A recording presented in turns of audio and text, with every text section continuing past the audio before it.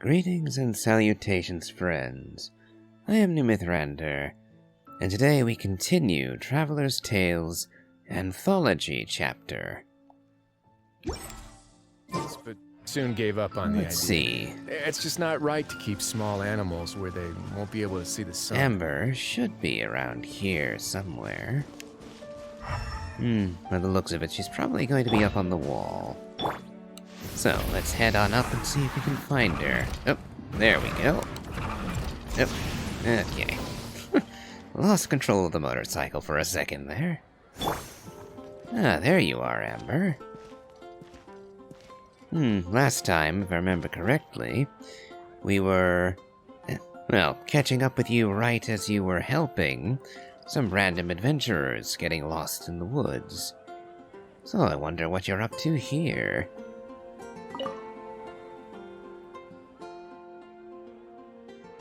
And what are you doing, Amber? It sounds like you're pursuing a missing cat.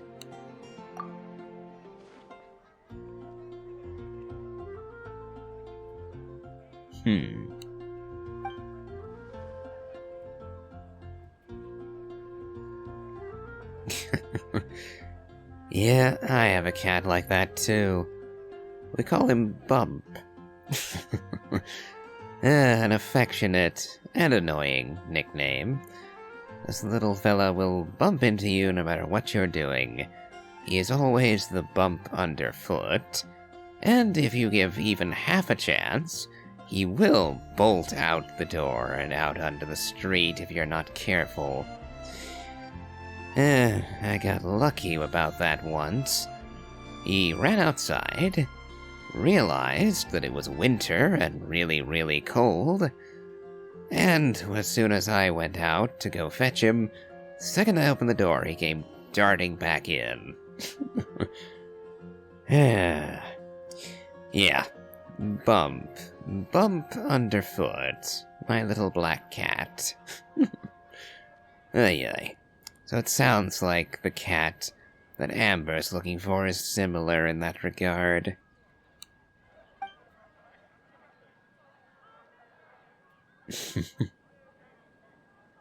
Yeah, that's Bump, all right.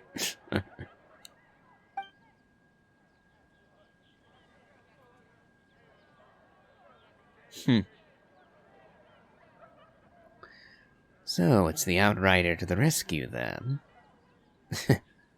Admittedly, trying to wrangle a cat is rather difficult.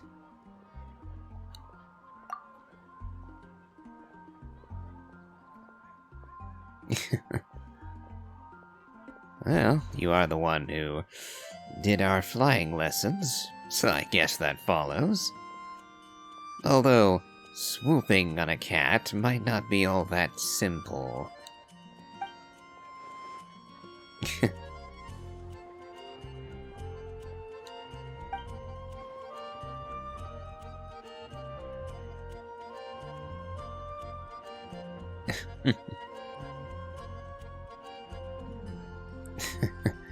It's because it likes you, isn't it?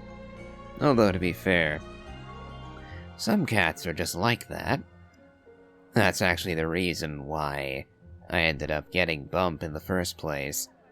Because, went to a shelter, so I found him there, and immediately he rubbed up on my leg. He was very friendly right out of the gate, which is why I took him home. So yeah, some cats are really just like that. They're very, very friendly. Other ones, not so much.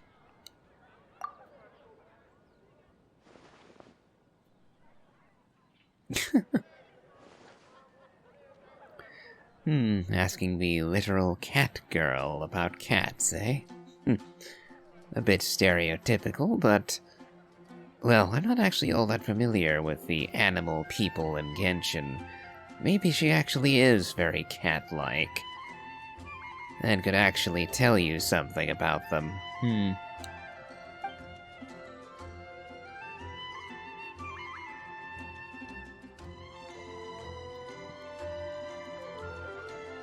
Well, let's hope it doesn't keep you up too late.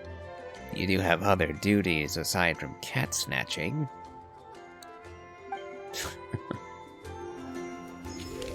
Okay. Looks like Noelle is over yonder.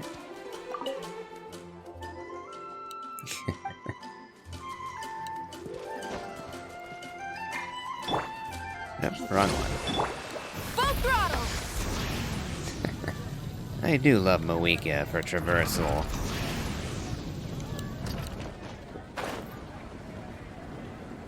And if you time it right, you can actually get a lot more mileage than you'd think out of her aerial movement.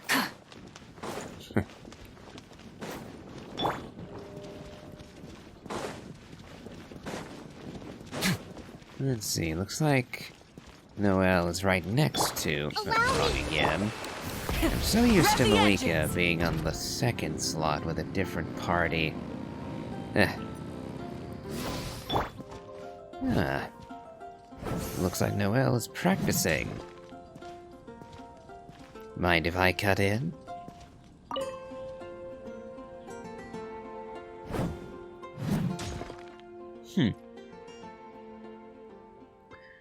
Ah, Noelle. I thought you were Ellen for a second there. Yet another aspirant to the Knights of Favonius. Though I'm a bit surprised that you're shouting Jean's technique. Gale Blade was her maneuver, and in particular requires an animo vision. Which is interesting, as since Noelle is stuck with the Geo one, and I do know how that irks her. Noelle always wanted to be a Knight of Favonius, and she also admires the Animo Archon, and always wanted an Animo vision. Yet, instead it was the Geo Archon that gave his blessing. I wonder, did Zhongli actually do that intentionally? Was it because Noelle was denied a position among the knights that Zhongli decided to reward her steadfastness with a vision? I wonder.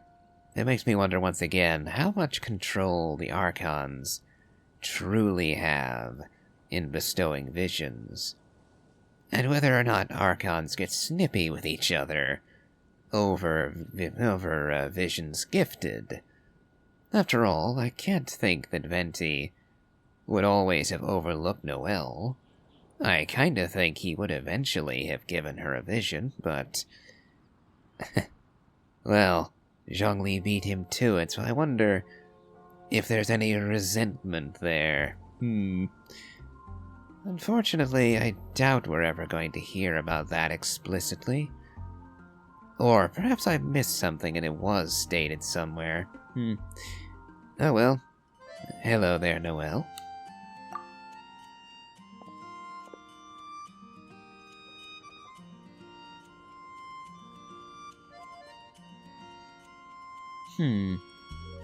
Not really. I was simply passing through. Incidentally, were you practicing using Gale Blade just now?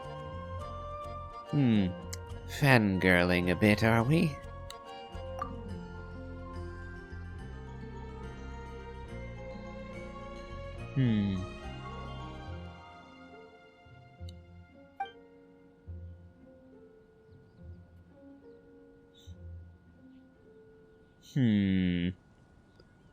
Unless I'm mistaken, Gale Blade is her elemental skill, where she gathers animo in her hand, drawing in nearby enemies and then blasting them outward.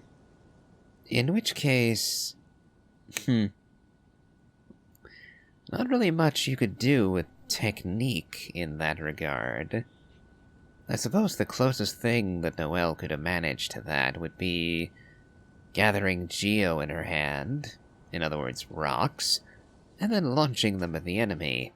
Sort of shotgun style, a little bit like Navia does with her elemental skill. Not exactly a bad technique, at the foundational level anyway, but Not really the same thing at all.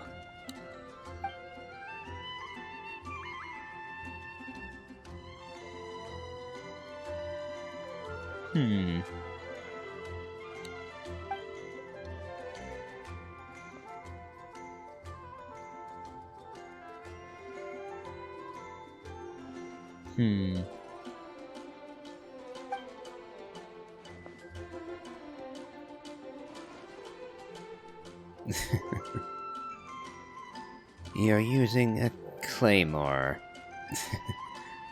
I think that's fundamentally the problem. Galeblade is a wind technique. Not exactly blunt force trauma like the claymore can be.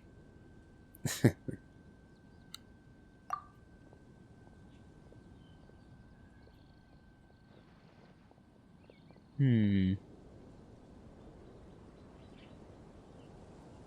wonder if that's part of the reason you ended up with a geovision. Sturdiness and steadfastness, while also possessing great strength, but, well, pretty much everyone with a vision is superhumanly strong, so... It does make me wonder about their weapon preferences.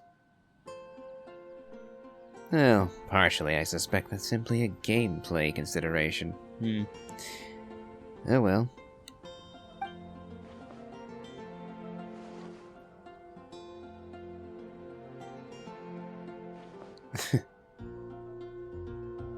Yes, I imagine that would be a problem. Something that Guts from Berserk no doubt sympathizes with.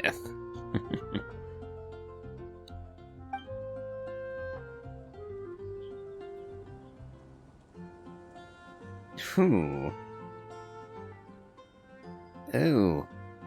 Right into the bell, that must have created quite the commotion.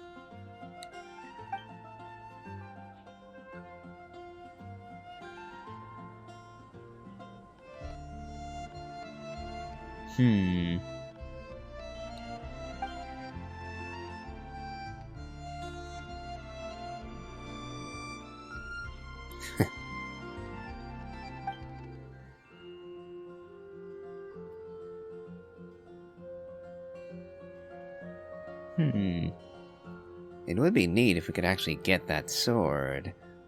And have Noelle actually use it.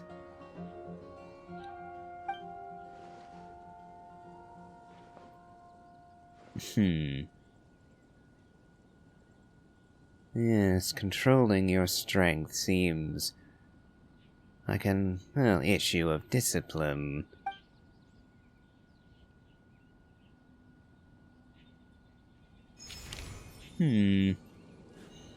Well, looks like Ellen's back. It's been quite a while on this account since I've helped her with her practice. On the second account, I'm actually still in Mondstadt. Or at least, still doing commissions in Mondstadt. Simply because I don't want to risk triggering other major story events in other regions. So there, I can occasionally end up helping Ellen with her practice. Let's see, where's the next one? I think I saw Chi-Chi down here. Yep, there she is.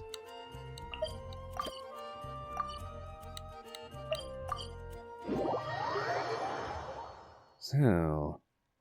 Chi-Chi's a fair ways away from Boo Boo Pharmacy. If I remember right, that should be right around where Shanling's, restaurant is. Yeah, that's the restaurant, alright. Oh, and Guoba, too. Hello there.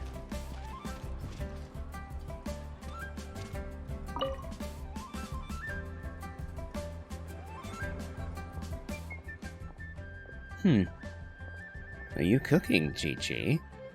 And using Guoba as your taste tester?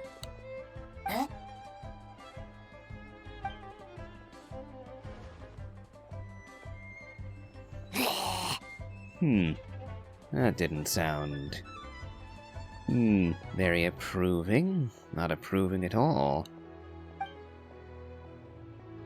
I guess he's giving her encouragement, considering the music note.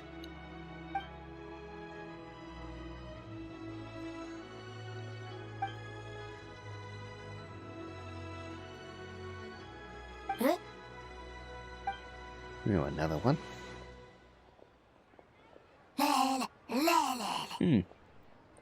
Seems like that one went over much better.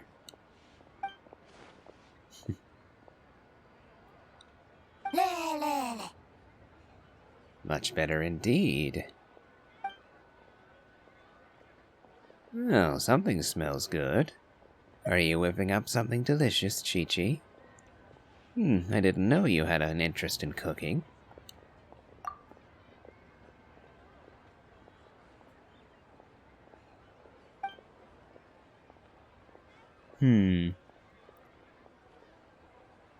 Oh, right, the old zombie thing. So not only does she need to stretch frequently so she doesn't get rigor mortis setting in, she also can't even taste anything. Wonder if she can actually eat anything at all.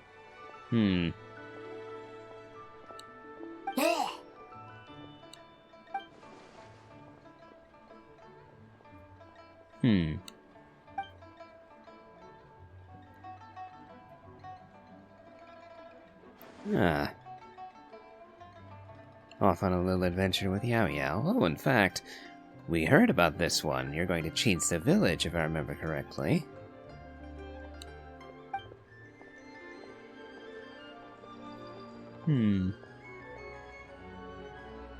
Yeah, I kinda figured you didn't need to eat, but I wonder whether you even could.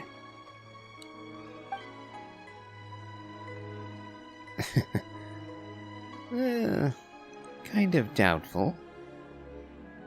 Baiju isn't a small lad, after all. That might be a tall order, pun intended.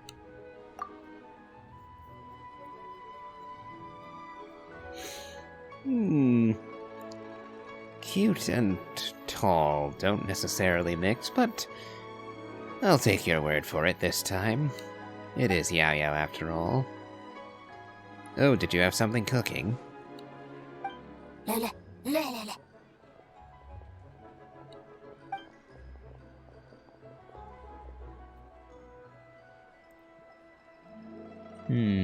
Let's hope it didn't get burned.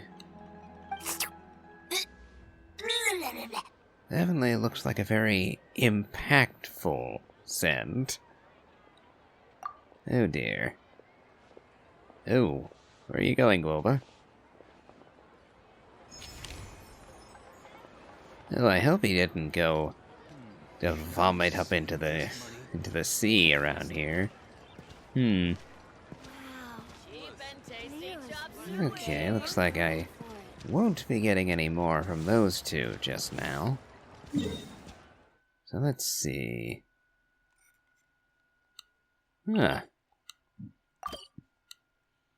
Looks like Ningguang is about. Well, let's do a quick check around the harbor. Nope, not seeing anybody there. Anything else in Mondstadt, perhaps?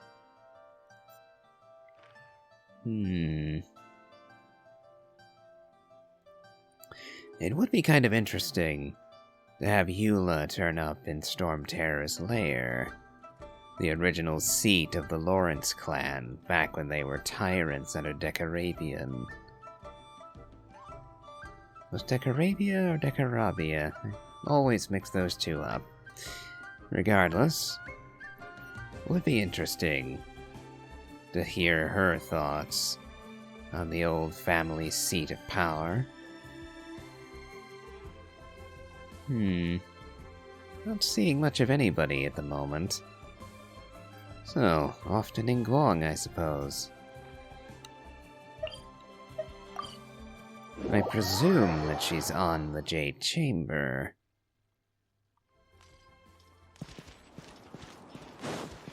Probably in her office. So we'll look there first. And if not, then we can search the ground level. Though I don't know why she wouldn't be in her office. She is rather busy, after all.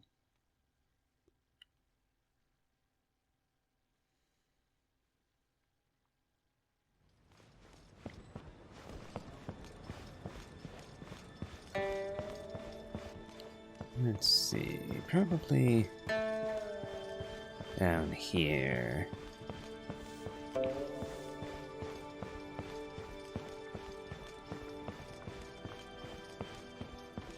Ah, and Baiju's with her.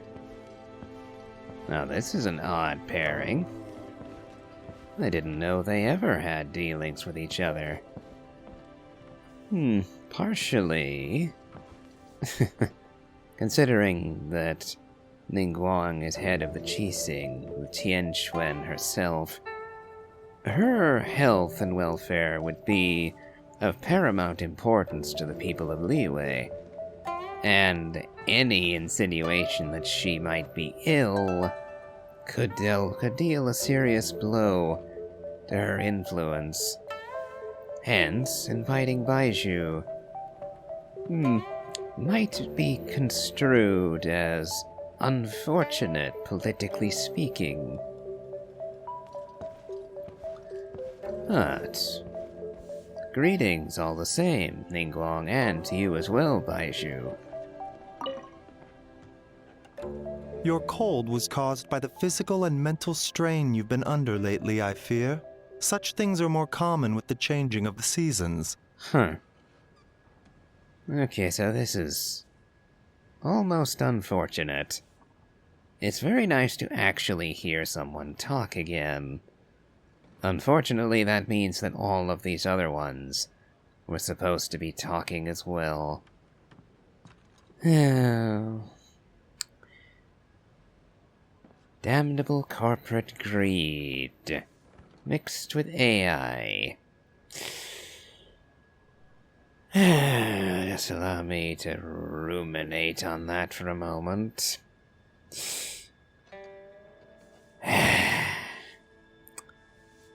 Moving on.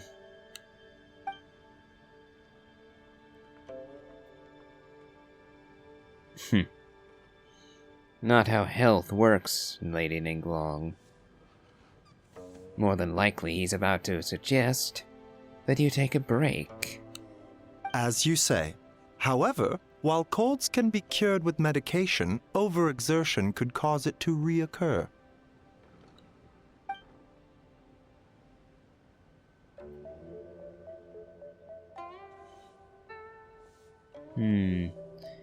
You're relatively young yet, Lady Ningguang, so perhaps you can get away with this for the time being. But there will come a time when you simply won't be able to keep it up like this anymore.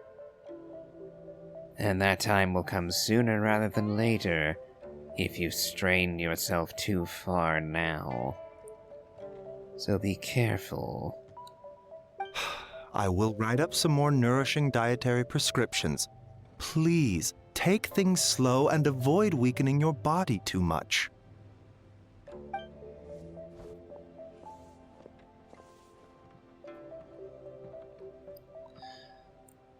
You seem like you haven't had enough rest, for one.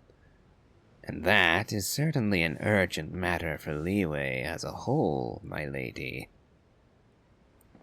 Remember, you are the head of state, the inheritor of Rex Lapis by some definitions, and it would not do for you to collapse from overwork.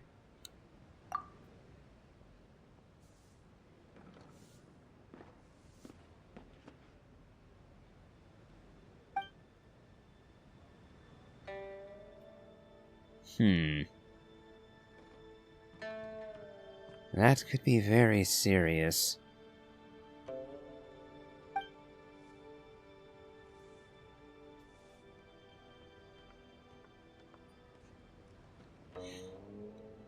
Not at all.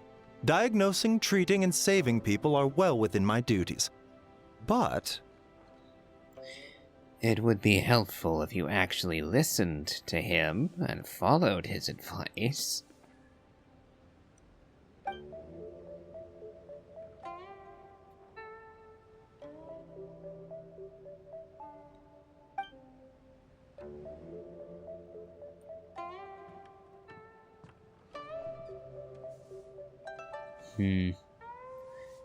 And to that I say, delegation of labor. If you alone cannot meet the requirements of the task, then hand over a portion of it to another. You are not alone up here, and even Rex Lapis had his entire entourage helping him rule Liyue. And before that, on the Guili Plain, he had his wife Guizhong helping him rule. They ruled jointly. That is, until her death. A bitter tragedy that must have been to Rex Lapis. But the point is that you don't have to do it alone, and you shouldn't do it alone, because even the gods did not stand alone.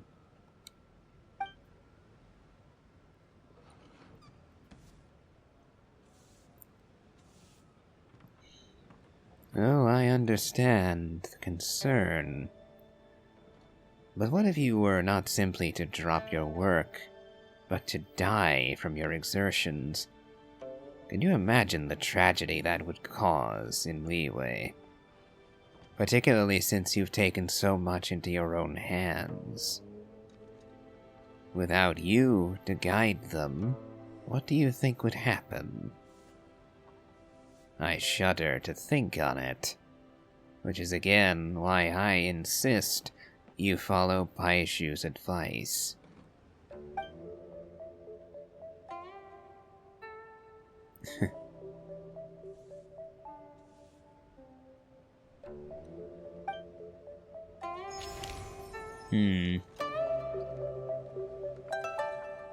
Well, unfortunately, I'm gonna have to side with Baizhu on this.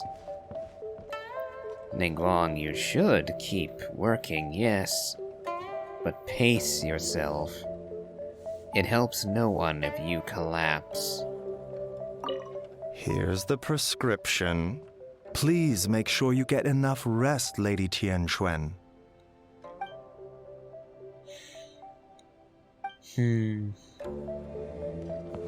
Ay. Kinda makes me wish that Zhongli would actually come in and help Ningguang. You know, since he is actually Rex Lapis. Though I suppose that would kind of defeat the purpose, wouldn't it?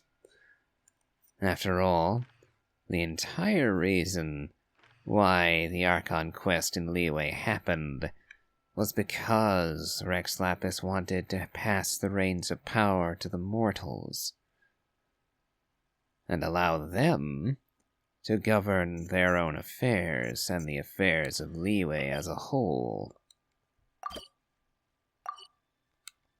And therefore, if he stepped in to help Ningguang run the nation,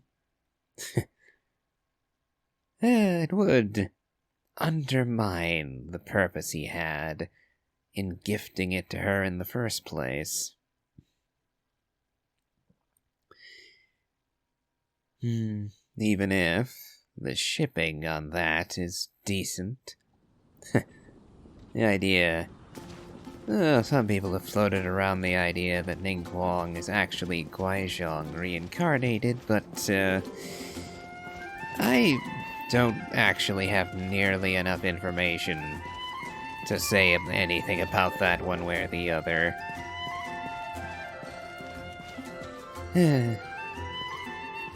The best I can say is that Zhongli does seem to have a soft spot for Ningguang.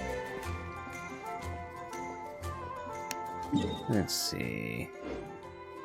If I remember correctly, there's actually one piece of dialogue that gave me that idea in particular. And it is Zhongli's thoughts on Ningguang in particular. Despite the multitude of affairs that she deals with in a day, Ningguang always continues to press on. A rare gem indeed. I'm reminded of the time that she used to walk barefoot from Yaoguang Shoal to the South Wharf, trying to sell her wares as she went. Time is cruel to humans. So yeah, this is interesting. Primarily because it insinuates that Zhongli has been keeping an eye on Ningguang practically from the moment of her birth. He was paying attention to her back when she was a child. And the final comment that time is cruel to humans implies to me at least that he laments the fact that she'll grow old, and that she won't necessarily achieve her goals before time takes too much from her. However, much as this paints an interest that he has in her, I wouldn't go so far as to call this romantic, per se. Merely admiration, I would say. It would require a step or two further to become romantic. A word of advice, don't break the law. But, well... we'll have to see how the story progresses, I suppose. 'Cause really, no one is romancing anyone in this game. Yeah. And that is very much by design. Still, contemplating character interactions and figuring out who would actually fit and make sense with who can be amusing in its own way.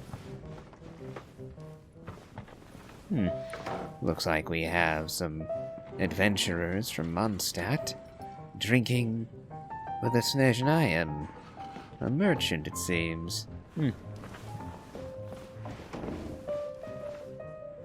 And Rosaria. All on her lonesome, I see.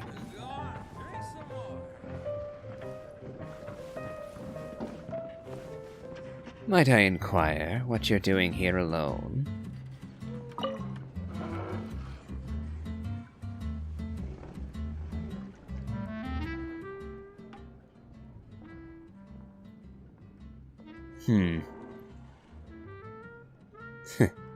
Did you stay up drinking all night?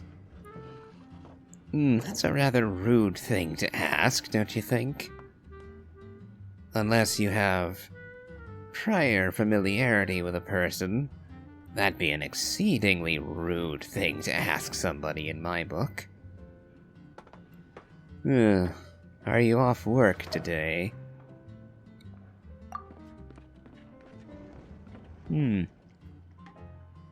I presume you're waiting for someone then?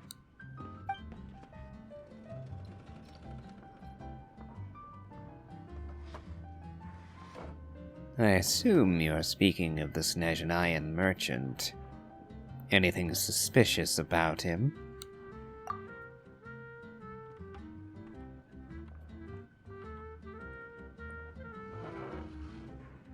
The marks on his skin?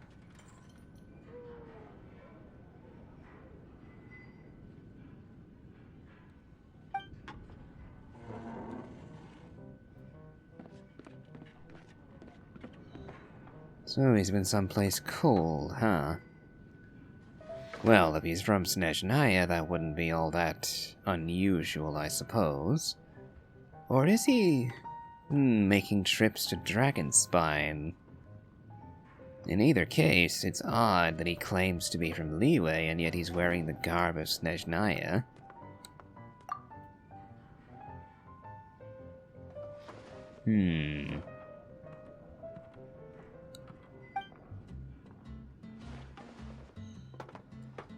What sort of seasoned merchant would cross a dragon spine to get from Liyue to Mondstadt? That would be odd, wouldn't it? You'd think he would have known a better route than that.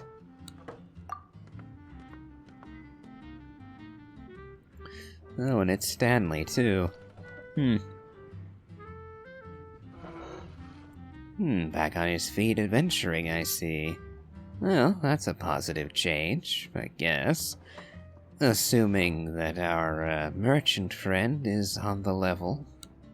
I've heard much about your deeds, Mr. Stanley. But I'm afraid... Oh, yes. We still don't have quite enough people.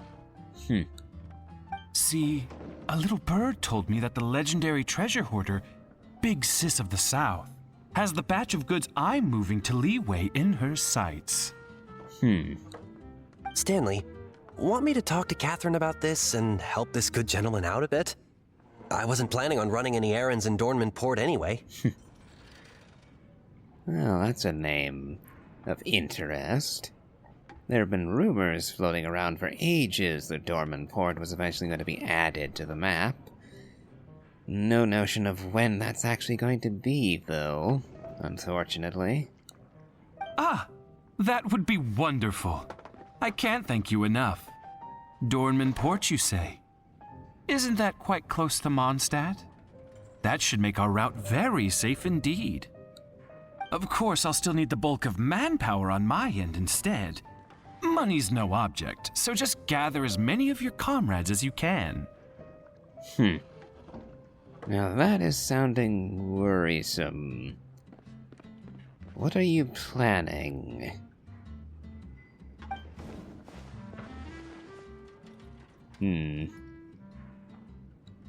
What? What are you talking about?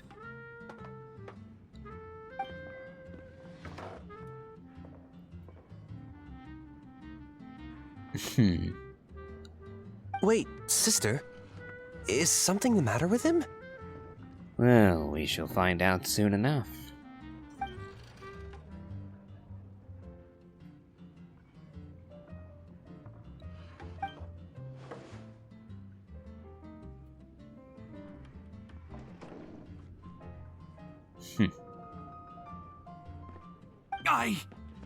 I don't know any treasure hoarders. I'm innocent, you hear?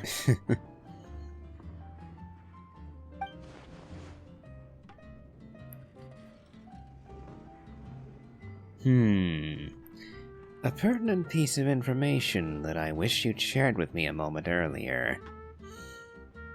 That would have made my judgment a fair bit simpler.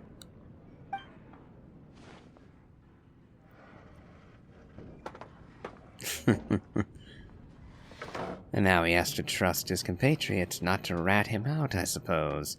Assuming they haven't already. You? Well, so much for that.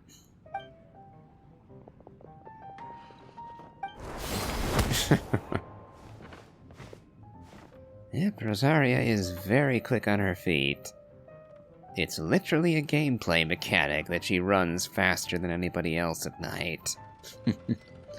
So yeah, good luck getting away from her.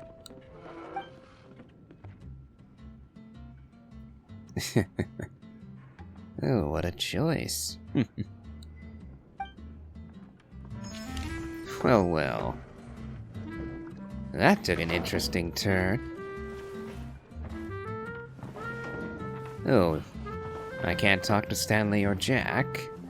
What would you like?